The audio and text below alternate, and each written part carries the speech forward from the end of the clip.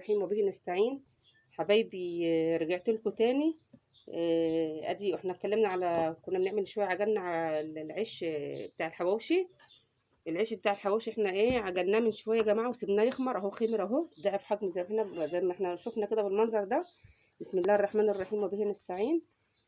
اهبط الخمور بتاعه كده شويه بس عشان تبارك الله ما شاء الله، عجينه زي الفل يا جماعه، حلوه جميله ما فيهاش اي نقاش يعني. طالما ضعف حجمها خلاص كده نبتدي يا جماعه. ده العصاج بتاعي، اللحمه المفرومه بتاعتي. طبعا اللحمه المفرومه معروفه احنا بنعملها ازاي. بنعصج اللحمه المفرومه بس نيه، انا بعملها نيه. تمام. بديها بهارات.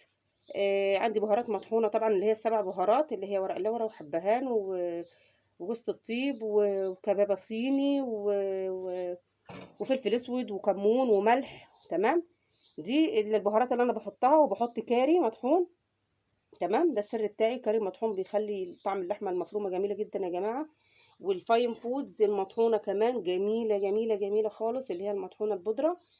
وادي بصله، بشرت عليها بصله، قطعتها تقطيع يعني مش بشرتها. تمام. وكده العجينه بتاعت اللحمه المفرومه بتاعتي عندي جاهزه. تمام.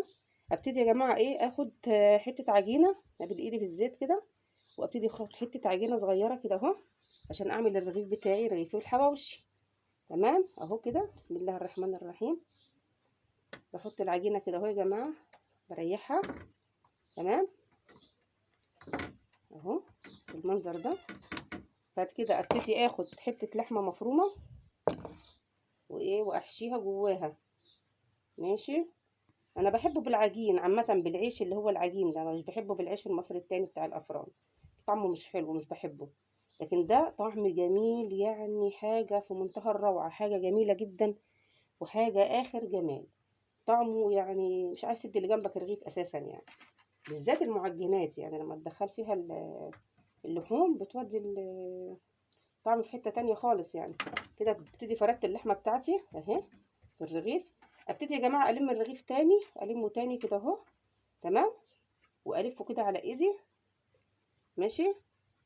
واسيبه يرتاح شويه اهو. ادي اول رغيف اهو، اسيبه يرتاح شويه. اعمل تاني رغيف. تمام. ادي العجينه بتاعتي، ادي بايدي بشويه زيت. انا الصاج بتاعي ده هنا زيت. تمام. لازم ادهن الصاج بتاعي زيت عشان اعرف عشان العجينه تبقى مقرمشه وحلوه كده وجميله. تمام. انا يا جماعه بعمل الحواوشي ده زي ما قلنا، هو بالعجينه قدامكم، كل حاجه قدامكم اهي. تمام. بدخله في الفرن بقى، بديله نص سوا. مش بسويه سوا كامل. يا جماعه. تمام. بديله نص سوا. بعد كده هوريكم بقى حاجه جميله خالص خالص، ازاي تاكلي رغيف الحواوشي، حاجه مقرمشه وحاجه يعني اخر جمال. طعمه خرافه، روعه روعه روعه يعني، حاجه اخر جمال. اديني بلم العجينه تاني كده بعد ما فردت فيها اللحمه المفرومه. تمام. وابتدي احطها في الصاج بتاعي واسيبها ترتاح. ارجع للرغيف اللي انا عملته الاول، اديني ريحته اهو. ببتدي اعمل بقى حجم الرغيف اللي انا عايزاه معايا. اديني اهو بعمل حجم الرغيف. اخلي العجينه ترتاح شويه يعني عشان اقدر العجينه تمشي معايا تديني الحجم اللي انا عايزاه. تمام. عايزه اقول المشروع ده انا عملته، بداته في البيت على فكره يا جماعه، وببيع منه في البيت يعني، حاجه جميله. عايزه اقول لكم ما شاء الله، بسم الله ما شاء الله تبارك الله، حاجه اخر جمال يعني. طبعا الاولاد قاعدين اجازه من المدارس، وانا الحمد لله رب العالمين. امبارح بعت يعني، بدات من امبارح بصراحه، وقلت اعمل طالما انا قاعدين كده كده، ودينا قاعدين فاضيين يعني مش بنعمل حاجه، هي حاجه من البيت وحاجه تسليكي، بدل ما تقعدي فاضيه، بدل ما تطلعي هنا وتروحي هنا وتيجي هنا.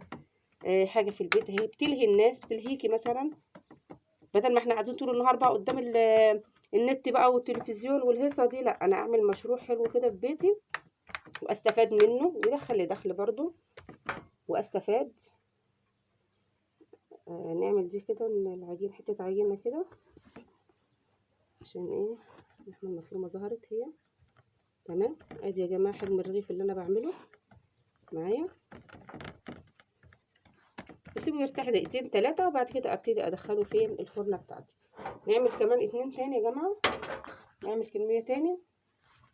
ادي كده ابتدي ابل ايدي في الزيت زي ما قلنا. عايزه اقول لكم الحواوشي ده حاجه ممتعه جدا، يعني ما شاء الله لقمته جميله حلوه، تاكلوا منه ما تشبعوش منه، يعني الواحد بياكل منه ما بيشبعش من كتر ايه حلاوته، بالذات لما بيتعمل بالعجينه. والله طعمه جميل يا جماعه، هيعجبكم جدا. جربي في كيلو دقيق، نص كيلو دقيق يعمل لك 5 ترغيف 6 ترغيف.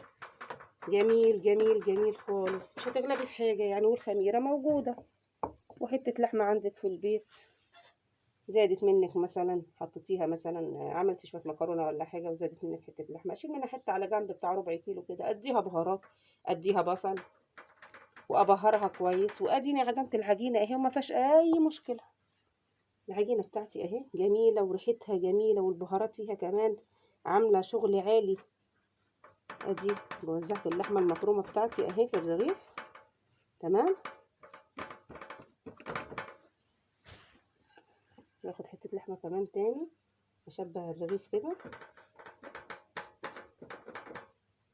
تمام، ابتدي الم العجينه تاني. خلاص هي اللحمه دخلت جواه كده، لزقت جواه يعني، خلاص مش هتتحرك من مكانها. تمام، ادي اهو. ابتدي الم العجينه تاني واسيبها ترتاح، الرغيف بتاعي اسيبه يرتاح واعمل واحد تاني. تمام،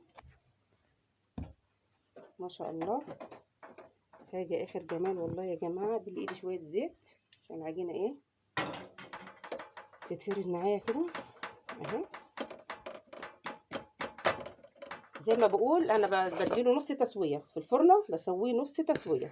تمام، وبعد كده هوريكم هعمل ايه في المرحله اللي بعد كده يا جماعه، طريقه جميله جميله جميله خالص يعني.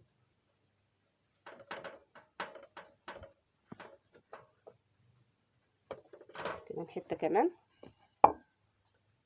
اهي. متنسوش يا حبايبي تشجعوني وتدعموني وتعملوا لي لايكات حلوه من ايديكم الحلوه. تمام، عايزه تشجيع جامد منكم يا جماعه، انا لسه مبتدئه القناه بتاعتي، فبتمنى ان كده الحاجات اللي انا بعملها ان شاء الله تعجبكم باذن الله يا جماعه، ان شاء الله تدعموني وتشجعوني كده ان شاء الله، ولايكات حلوه من ايديكم الجميله. ادي الرغيف التاني الرابع اهو، احنا بنعمل طبعا عملنا 2 وادي 2 تاني، وادي اهو بحطه هنا بسيبه يرتاح، وادي ايدي شويه زيت وابتدي ايه، ابتدي اريح الرغيف اللي احنا عملناه الاول اهو، افرده بشويش كده بالراحه، ما اضغطش عليه جامد يعني، اريح بالراحه، اشتغل بالراحه كده عشان ايه، عشان اللحمه المفرومه ما تطلعش مني. تمام، امشي معاه واحده واحده كده اهو، اعمل حجم الرغيف اللي انا عايزاه، ما اضغطش عليه قوي بقى ان انا افرده قوي بقى عشان اوسع الرغيف، لا هي العجينه حلوه والرغيف بتاعي ما شاء الله زي الفل، ما شاء الله كبير كمان وحلو وبيشبع كمان يعني، مش حاجه زي الفل يا جماعه. تمام، ادي حجم الرغيف بتاعي، ارجع للرغيف التاني اهو، ابتدي اريحه كده ماشي، اجيب ايدي بس شويه زيت وابتدي اريح الرغيف.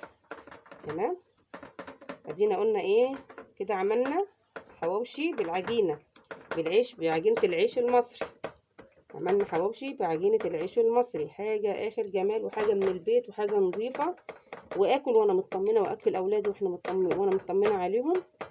تمام، ادي كده الرغيف الرابع عملناه معايا.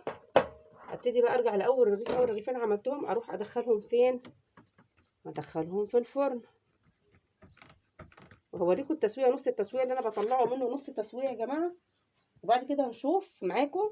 اديني اهو مولعه الفرن بتاعتي، الفرن على درجه حراره عاليه، على درجه حراره 240. تمام، وبعد كده يا جماعه هنشوف المرحله اللي بعد كده، هوريكم نص التسويه اللي انا بسويها في الميكروويف في الفرن. بعد كده هنرجع مع بعض واشوف هوريكم الطريقه التانية، طريقه تكمله التسويه بتاعت الحواوشي.